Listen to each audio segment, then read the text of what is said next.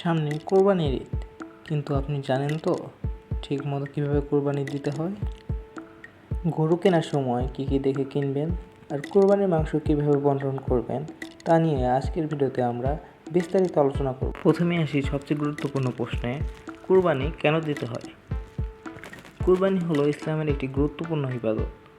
হযরত ইব্রাহিম আলাইহিসসালাম যখন আল্লাহর আদেশে তার সন্তান ইসমাইল আলাইহিসসালামকে কোরবানি দিতে উদ্যত হন, তখন আল্লাহ তার খালিস নিয়াতের জন্য একটি দুম্বা দিয়ে তাকে পরীক্ষায় উত্তীর্ণ করেন। সেই থেকে আমরা এই ত্যাগের উৎসব পালন করি আল্লাহর সন্তুষ্টির জন্য। এখন আসি গরু কেনার কথায়। গরু বা যে কোনো কোরবানির পশু কিনতে গেলে কিছু বিষয় খেয়াল রাখতে হবে। 1. পশু যেন সুস্থ স্বাভাবিক হয়। 2. চোখে সমস্যা না থাকে। 3. পা কাটা বা খুবই দুর্বল না হয়। 4. নির্দিষ্ট বয়সের নিচে না হয়। গরুর বয়স কমপক্ষে 2 বছর হতে হবে। অনেকে শুধু বড় গরু দেখে খুশি হন, কিন্তু শরীয়তের শর্তগুলো ঠিকঠাক মানা হচ্ছে কিনা সেটাও খুব জরুরি।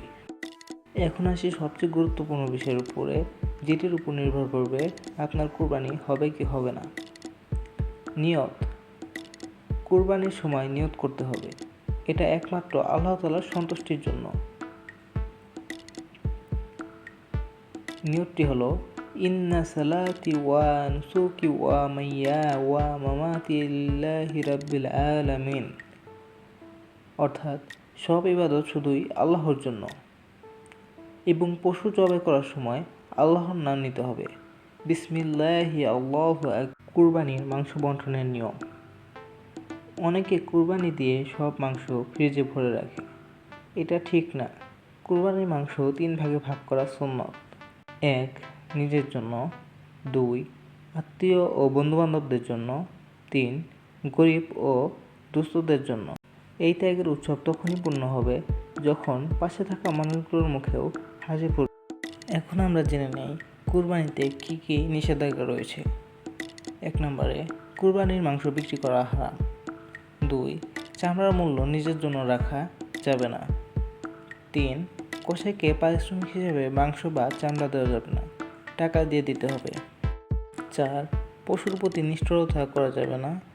কুরবানির আগে ভালো করে খাওয়ানো ও পানি দেওয়া উচিত। তাই এবারের কুরবানিতে আসো আমরা শিখে নেই সঠিক নিয়ম, বুঝে নেই ত্যাগের আসল শিক্ষা। একটা পশু জবাই করার চেয়ে অনেক বড় ব্যাপার হলো নিজের মনকে জবাই করা, লোভ, হিংসা, অহংকার কাটানো। সবাইকে অগ্রিম ঈদুল আজহারের শুভেচ্ছা। ঈদ মোবারক।